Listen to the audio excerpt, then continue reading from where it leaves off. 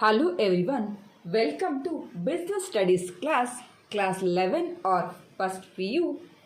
Today we will discuss about merits and limitations of a joint Hindu family business. So we already know what is joint Hindu family business. Then also the features of a joint Hindu family business. So today we will discuss about merits and limitations. So joint Hindu family ಬಗ್ಗೆ ಅಂದರೆ ಅವಿಭಕ್ತ ಒಂದು ವ್ಯವಹಾರ ಸಂಘಟನೆಯ ಬಗ್ಗೆ ಈಗಾಗಲೇ ನಾವೇನು ಮಾಡಿದ್ದೀವಿ ತಿಳ್ಕೊಂಡಿದ್ದೀವಿ. ಸೊ ಇಲ್ಲಿ ಏನಾಗುತ್ತದ್ದು ಅಂತಂದರೆ ಹಿಂದೂ ಆ್ಯಕ್ಟ್ನ ಪ್ರಕಾರ ಈ ಒಂದು ಅವಿಭಕ್ತ ಕುಟುಂಬದ ಸಂಘಟನೆ ಬಿಸ್ನೆಸ್ಸು ಆರಂಭ ಆಗುತ್ತೆ. ಹಾಗೆ ಇಲ್ಲಿ ಕಂಟ್ರೋಲನ್ನು ಮಾಡೋದು ಕರ್ತ ಮಾಡ್ತಾನೆ, ಅಂದರೆ ಮುಖ್ಯಸ್ಥನು, ಕುಟುಂಬದ ಮುಖ್ಯಸ್ಥ ಇದರ ವ್ಯವಹಾರದ ನಿರ್ವಹಣೆಯನ್ನು ಮಾಡ್ತಾನೆ. ಇದು ಕೇವಲ ಒಂದು ಕುಟುಂಬದ 2 ಅಥವಾ 3 ತಲೆಮಾರಿನವರಿಂದ ಆರಂಭ ಆಗುವಂಥದ್ದು. ಕನಿಷ್ಠ 2 ತಲೆಮಾರಿನವರು ಸೇರಿ ಈ ಒಂದು ಜಾಯಿಂಟ್ ಹಿಂದೂ ಫ್ಯಾಮಿಲಿ ಬಿಸ್ನೆಸ್ಸನ್ನು ಆರಂಭ ಮಾಡುವಂಥದ್ದು. ಎಲ್ಲ ಒಂದು ಕುಟುಂಬದ ಸದಸ್ಯರು ಇಲ್ಲಿ ಪಾಲ್ದಾರಾಗಿರ್ತಾರೆ, ಅಂದರೆ ಆ ಒಂದು ಜನ್ರೇಷನ್ನವರು. ಸೊ ಇವಿಷ್ಟು ಜಾಯಿಂಟ್ ಹಿಂದೂ ಫ್ಯಾಮಿಲಿ ಬಗ್ಗೆ. ಸೊ ಜಾಯಿಂಟ್ ಹಿಂದೂ ಫ್ಯಾಮಿಲಿಯ ಒಂದು merits. So first one effective control. So effective control means the Karta has absolute decision making power. This avoids conflict among the members as no one can interference with his right to decide. This also leads to promote and flexible decision making. So effective control means a Karta is taken all decisions. ಏನಾಗಿರುತ್ತದ್ದು ಅಂತಂದರೆ ಕರ್ತ ಯಾರು ಮುಖ್ಯಸ್ಥನಾಗಿರ್ತಾನೋ so ಅವನು ಏನು ಮಾಡ್ತಾನೆ, ಆ ವ್ಯವಹಾರಕ್ಕೆ ಸಂಬಂಧಪಟ್ಟಂಥ ಅಷ್ಟು ನಿರ್ಧಾರಗಳನ್ನು ಅವನೇ ತೆಗೆದುಕೊಳ್ತಾನೆ. ಬೇರೆಯವ್ರ ಸಜೆಷನ್ಸ್ ತೊಗೊಂಡಿದ್ರು ನಿರ್ಧಾರ ತೆಗೆದುಕೊಳ್ಳುವಂಥ ಅಧಿಕಾರ ಅವನಿಗೆ ಇರ್ತದೆ. ಹಾಗಾಗಿ ಉಳಿದವರು ಒಂದು ಜಗಳಗಳೇನಾಗುತ್ತೆ ಅವಾಯ್ಡ್ ಮಾಡಲಿಕ್ಕೆ ಸಾಧ್ಯ ಆಗುತ್ತೆ. ಉಳಿದ ಮೆಂಬರ್ಸ್ಗಳೇನಾಗ್ಬೋದು ಜಗಳ ಮಾಡ್ಕೋಬಹುದು ಅಥವಾ ಮಿಸ್ಅಂಡರ್ಸ್ಟ್ಯಾಂಡಿಂಗ್ ಕ್ರಿಯೇಟ್ ಆಗ್ಬೋದು. ಸೊ ಅಂಥದ್ದಲ್ಲೇನಾಗುತ್ತೆ ಓವರ್ಕಮ್ ಮಾಡಲಿಕ್ಕೆ ಸಾಧ್ಯ. ಯಾಕಂತಂದರೆ ಎಫೆಕ್ಟಿವ್ ಆಗಿ ಇವನು ಹಿಡಿತಾ ಇರೋದ್ರಿಂದ, ಕರ್ತಾನ ಹಿಡಿತಾ ಇರೋದ್ರಿಂದ ಉಳಿದವರೊಂದು ಹಸ್ತಕ್ಷೇಪ ಕಡಿಮೆ ಐತೆ. So it is one of the advantage of joint Hindu family business. Then continued business existence. So if death of a karta, so at that time cannot be stop the business. So next generation person can taken over the business. ಏನಾಗುತ್ತೆ ಇಲ್ಲಿ ಒಂದು ವೇಳೆ the death of karta will not affect the business as the next eldest member will then take up the position. Hence operations are not terminated and continued of a business is not threatened. ಏನಾಗುತ್ತೆ ಇಲ್ಲಿ continued business existence ಅಂದರೆ ಒಂದು ವೇಳೆ ಕರ್ತ ಸತ್ತರೆ ಆವಾಗ ಏನಾಗುತ್ತದೆ, ಅದೇ ಮುಖ್ಯಸ್ಥ ಸತ್ತರೆ ಅವನ ನಂತರದ ಜನ್ರೇಷನ್ ಅವ್ರು ಏನು ಮಾಡ್ತಾರೆ, ಬಿಸ್ನೆಸ್ಸನ್ನು ಟೇಕನ್ ಮಾಡ್ತಾನೆ. ಸೊ ಬಿಸ್ನೆಸ್ ಮುಚ್ಚಿ ಹೋಗಲಿಕ್ಕೆ ಸಾಧ್ಯ ಆಗೋದಿಲ್ಲ. ಇಲ್ಲೇನಾಗುತ್ತೆ ಮತ್ತೆ ಪುನಃ ಬಿಸ್ನೆಸ್ ಕಂಟಿನ್ಯೂ ಆಗುತ್ತಾ ಹೋಗುತ್ತೆ. ಸೊ ಹಾಗಾಗಿ ಬಿಸ್ನೆಸ್ಸು ಒಂದು ವೇಳೆ ಯಾರಾದರೂ ಆ ಒಂದು ಬಿಸ್ನೆಸ್ಸನ್ನು ನಡೆಸ್ತಾ ಇರೋರು ಸತ್ತರೆ ಬಿಸ್ನೆಸ್ ಹೋಗುತ್ತೆ ಅನ್ನೋ ಒಂದು ಭಯ ಪಡೋ ಅವಶ್ಯಕತೆ ಏನಾಗೋದಿಲ್ಲ, ಇರುವುದಿಲ್ಲ ಅಂತ. Then limited liability of a members. So liability of all the co-partners except the Karta is limited to their share in the business and consequently their risk well defined and precise. ಏನಾಗುತ್ತೆ ಇಲ್ಲಿ limited liability of the ಮೆಂಬರಿಗೆ ಏನಾಗುತ್ತೆ liability ಕಡಿಮೆ, ಅಂದರೆ ಹೊಣೆಗಾರಿಕೆ ಕಡಿಮೆ ಇರುತ್ತೆ. So ಕರ್ತನೇ ಅಷ್ಟನ್ನು ನಿಭಾಯಿಸೋ ಕಾರಣದಿಂದ ಏನಾಗುತ್ತೆ ಇವರಿಗೆ ಹೊಣೆಗಾರಿಕೆ ಜಾಸ್ತಿ ಆಗುತ್ತೆ ಅನ್ನೋ ಒಂದು ಭಾರ ಇರುವುದಿಲ್ಲ. ಹಾಗಾಗಿ ಉಳಿದಂಥ ಮೆಂಬರ್ಗಳಿಗೆ ಏನಾಗುತ್ತೆ ಜವಾಬ್ದಾರಿಗಳು ಕಡಿಮೆ ಅಂತ ಹೇಳ್ಬೋದು, ರಿಸ್ಕ್ ಕಡಿಮೆ ಅಂತ ಹೇಳ್ಬೋದು. ಸೊ ಅದು ಅವರಿಗೆ ಅಡ್ವಾಂಟೇಜ್ ಆಗುತ್ತೆ. Then increased loyalty and cooperation. Since the business is run by the member of the family, there is a greater sense of loyalty towards one another. Pride in the growth of a business is linked to the achievement of the family. This helps in securing better cooperation from all the members.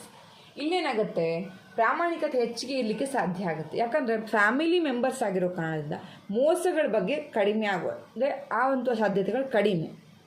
ಯಾಕಂದರೆ ಕುಟುಂಬದ ಸದಸ್ಯರು ಎಲ್ಲರೂ ಅವರು help ಮಾಡ್ಕೊಳ್ಳೋದು ಅಥವಾ ಅವ್ರೇನು ಮಾಡ್ಕೊಳ್ಳೋಂಥದ್ದು ಸಹಾಯವನ್ನು ಮಾಡಿಕೊಳ್ಳೋ ಕಾರಣದಿಂದಾಗಿ ಏನಾಗುವಂಥದ್ದು ಬೇರೆಯವ್ರನ್ನ ಹಸ್ತಕ್ಷೇಪ, ಬೇರೆಯವ್ರ ಬಂದು ಮೋಸ ಮಾಡ್ತಾರೆ ಅನ್ನೋ ಥರ ಇರುವುದಿಲ್ಲ. ಮತ್ತು ಸಹಭಾಗಿತ್ವ ಏನಾಗುತ್ತೆ, ಹೆಚ್ಚಾಗುತ್ತೆ, ಕೋಆಪ್ರೇಷನ್ಸ್ ಜಾಸ್ತಿ ಆಗುತ್ತೆ ಒಂದೇ ಕುಟುಂಬದ ಸದಸ್ಯರಾಗಿರೋ ಕಾರಣದಿಂದ.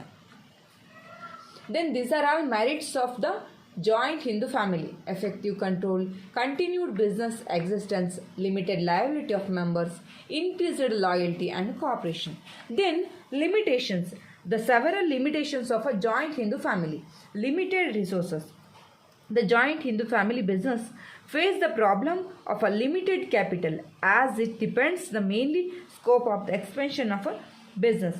So depends mainly on a ancestral property. This limits the scope of expansion of a business. So ಇಲ್ಲೇನಾಗುತ್ತೆ, ಡಿಸ್ಅಡ್ವಾಂಟೇಜ್ ಅಂದರೆ ಪೂರ್ವಿಕರಿಂದ ಬಂದಂಥ ಆಸ್ತಿ ಎಷ್ಟಿದೆಯೋ ಅಷ್ಟು ಮಾತ್ರ ಲಿಮಿಟೆಡ್ ಆಗಿರುವಂಥದ್ದು, ಬಂಡವಾಳ ತೊಡಗಿಸ್ಕೊಳ್ಳಿಕ್ಕೆ ಸಾಧ್ಯ ಆಗುತ್ತೆ. ಸೊ ಒಂದು ವೇಳೆ ತುಂಬ ಜಾಸ್ತಿ ಇರೋ ಶ್ರೀಮಂತರಾಗಿದ್ದರೆ, ತುಂಬ ಆಸ್ತಿವಂತರಾಗಿದ್ದರೆ ಆವಾಗ ಇಶ್ಯೂಸ್ ಆಗೋದಿಲ್ಲ. ಆದರೆ ಪೂರ್ವಿಕರಿಂದ ಎಷ್ಟು ಬಂದಿರುತ್ತೋ ಅಷ್ಟರ ಆಧಾರದ ಮೇಲೆ ಏನು ಮಾಡಬೇಕು, ಬಂಡವಾಳವನ್ನು ತೊಡಗಿಸ್ಕೋಬೇಕು. ಸೊ ಹಾಗಾಗಿ ಇದೇನಾಗುತ್ತೆ, ಬಿಸ್ನೆಸ್ನ ದೊಡ್ಡ ಪ್ರಮಾಣದಲ್ಲಿ ಆರಂಭ ಮಾಡಲಿಕ್ಕೆ, ಅದು ಮುಂದುವರಿಸಲಿಕ್ಕೆ ಇದು ಕಷ್ಟ ಆಗುತ್ತೆ ಅಂತ. ದೆನ್ ಲಿಮಿಟೆಡ್ ಲಯಬಿಲಿಟಿ ಆಫ್ ಕರ್ತ, ಅನ್ಲಿಮಿಟೆಡ್ ಲಯಬಿಲಿಟಿ ಆಫ್ ಕರ್ತ. The Karta is burdened not only with the responsibility of a decision making, management of a business, but also suffer from the disadvantage having unlimited liability. His personal property can be used repay the business debt. ಇಲ್ಲೇನಾಗುತ್ತೆ, ಕರ್ತನಿಗೆ unlimited liability ಇರೋ ಕಾರಣದಿಂದ, ಅವನಿಗೆ ಹೊಣೆಗಾರಿಕೆ ಹೆಚ್ಚಾಗಿರೋ ಕಾರಣದಿಂದ ಅವನ ಸ್ವಂತ ಆಸ್ತಿ, ಸ್ವಯಾರ್ಜಿತ ಆಸ್ತಿಯನ್ನು ಕೂಡ, ಅವನು ಪ್ರಾಪರ್ಟಿಗಳನ್ನು ಕೂಡ ಅಡಾಡುವಂಥ ಪರಿಸ್ಥಿತಿ ಕೂಡ ಬರ್ಬೋದು. ಯಾಕಂದರೆ ಆಸ್ತಿಗಳನ್ನ ಹೇಗೆ ಶೇರ್ ಮಾಡ್ತಾರೋ ಹಾಗೆ ಹೊಣೆಗಾರಿಕೆನ ಶೇರ್ ಮಾಡಿದರೆ ಎಲ್ಲರಿಗೂ ಈಕ್ವಲ್ ಆಗ್ತಿತ್ತು ಭಾರ. ಆದರೆ ಇಲ್ಲಿ ಕರ್ತನಿಗೇನಾಗುತ್ತೆ, ಹೆಚ್ಚಿಗೆ ಭಾರ ಆಗುತ್ತೆ. ಸೊ ಅವನಿಗೇನಾಗುತ್ತೆ, ಇದು ಡಿಸ್ಅಡ್ವಾಂಟೇಜ್ ಆಗುತ್ತೆ, ಅವನೇ ಸಂಪೂರ್ಣ ಭಾರವನ್ನು ಹೊರಬೇಕಾಗುತ್ತೆ. ಸೊ ಅವನಿಗೆ ಅನ್ಲಿಮಿಟೆಡ್ ಹೊಣೆಗಾರಿಕೆ ಏನಾಗುತ್ತೆ, ಯಥೇಚ್ಛವಾಗಿ ಇರುವಂಥದ್ದು ಅಂತ. ಸೊ ಆವಾಗ ಬಿಸ್ನೆಸ್ಸನ್ನು ಕೆಲವೊಂದು ಬಾರಿ ಮುಂದುವರ್ಸ್ಕೊಂಡು ಹೋಗೋದು, ಅವನು ಮ್ಯಾನೇಜ್ ಮಾಡೋದು ತುಂಬ ಕಷ್ಟ ಕೂಡ ಆಗಬಹುದು. ದೆನ್ ಡಾಮಿನೆನ್ಸ್ ಆಫ್ ಕರ್ತ. The Karta individual manage the business which may times not be acceptable to the other members. This may cause conflict amongst them and may every lead to the breakdown of the family unit. ಏನಾಗುತ್ತೆ, dominance of ಕರ್ತ. ಈಗ ಕರ್ತನ ಒಂದು ಪ್ರಭುತ್ವ ಹೆಚ್ಚಾದ ಹಾಗೆ ಏನಾಗುತ್ತೆ, ಕೆಲವೊಂದಿಷ್ಟು ಡಿಸಿಷನ್ಗಳು ಬೇರೆ ಉಳಿದ ಕುಟುಂಬದ ಸದಸ್ಯರಿಗೆ ಇಷ್ಟ ಆಗದೆ ಹೋಗ್ಬೋದು. ಸೊ ಅಂಥ ಸಂದರ್ಭದಲ್ಲಿ ಏನಾಗುತ್ತೆ, ಜಗಳಗಳು ಆರಂಭ ಆಗುತ್ತೆ, ಒಂದು ಕುಟುಂಬ ಒಡೆಯುವಂಥ ಸಂದರ್ಭಗಳು ಕೂಡ ಬರುತ್ತೆ. ಸೊ ಅತಿಯಾದ ಡಾಮಿನೆನ್ಸಿಂದ ಏನಾಗಬಹುದು, ಬಿಸ್ನೆಸ್ ಹಾಳಾಗ್ಬೋದು, ಕುಟುಂಬ ಒಡಿಬೋದು.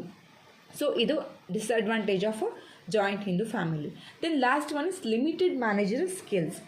Since the Karta cannot be expert in all areas of management, the business may suffer as a result of his unwise decision.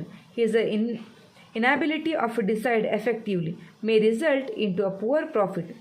So ಏನಾಗುತ್ತೆ, ಇಲ್ಲಿ ಲಿಮಿಟೆಡ್ ಮ್ಯಾನೇಜರ್ ಸ್ಕಿಲ್ ಅಂದರೆ ಕರ್ತ ಎಷ್ಟೇ ಬುದ್ಧಿವಂತರಾಗಿದ್ದರೂ ಕೂಡ ಎಲ್ಲ ಏರಿಯಾಗಳಲ್ಲೂ ಕೂಡ ಎಕ್ಸ್ಪರ್ಟ್ ಆಗಿರಲಿಕ್ಕೆ ಸಾಧ್ಯ ಇಲ್ಲ. ಸೊ ಅವರಿಗೆ ಎಷ್ಟು ಕೆಪಾಸಿಟಿ ಇದೆಯೋ ಅದರ ಆಧಾರದ ಮೇಲೆ ಅವ್ರು ಡಿಸಿಷನನ್ನು ಮಾಡ್ತಾರೆ. ಸೊ ಕೆಲವೊಂದಿಷ್ಟು ಸಲ ಆ ಡಿಸಿಷನ್ಗಳು ತಪ್ಪಾಗೂ ಇರಬಹುದು. ಅಂಥ ಒಂದು ಸಂದರ್ಭದಲ್ಲಿ ಬಿಸ್ನೆಸ್ಸಿಗೆ ಅದು ಎಫೆಕ್ಟ್ ಆಗುವಂಥ ಸಂದರ್ಭ ಇರುತ್ತೆ. ಸೊ ಹಾಗಾಗಿ ಇದು ಕೂಡ ಒಂದು ಪ್ರಾಫಿಟಿನ ಬದಲು ಲಾಸ್ ಆಗುವಂಥ ಸಂದರ್ಭವೂ ಕೂಡ ಬರಬಹುದು. ಸೊ ಇದು ಕೂಡ ಒಂದು ಡಿಸ್ಅಡ್ವಾಂಟೇಜ್ ಅಂತ ಹೇಳ್ಬೋದು. So these are all limitations are disadvantage of joint Hindu family business. Limited resource, unlimited liability of a karta, dominance of a karta, limited managerial skills. So these are all merits and demerits of a joint Hindu family business. So ಒಟ್ಟಾರೆಯಾಗಿ joint Hindu ಫ್ಯಾಮಿಲಿಯಲ್ಲಿ ಏನಾಗ್ತದೆ, advantages ಕೂಡ ಇದೆ, ಹಾಗೆ disadvantages ಕೂಡ ಇದೆ. I hope today class you will understand. If you like this video, please like, share and as well as subscribe. Thank you for watching.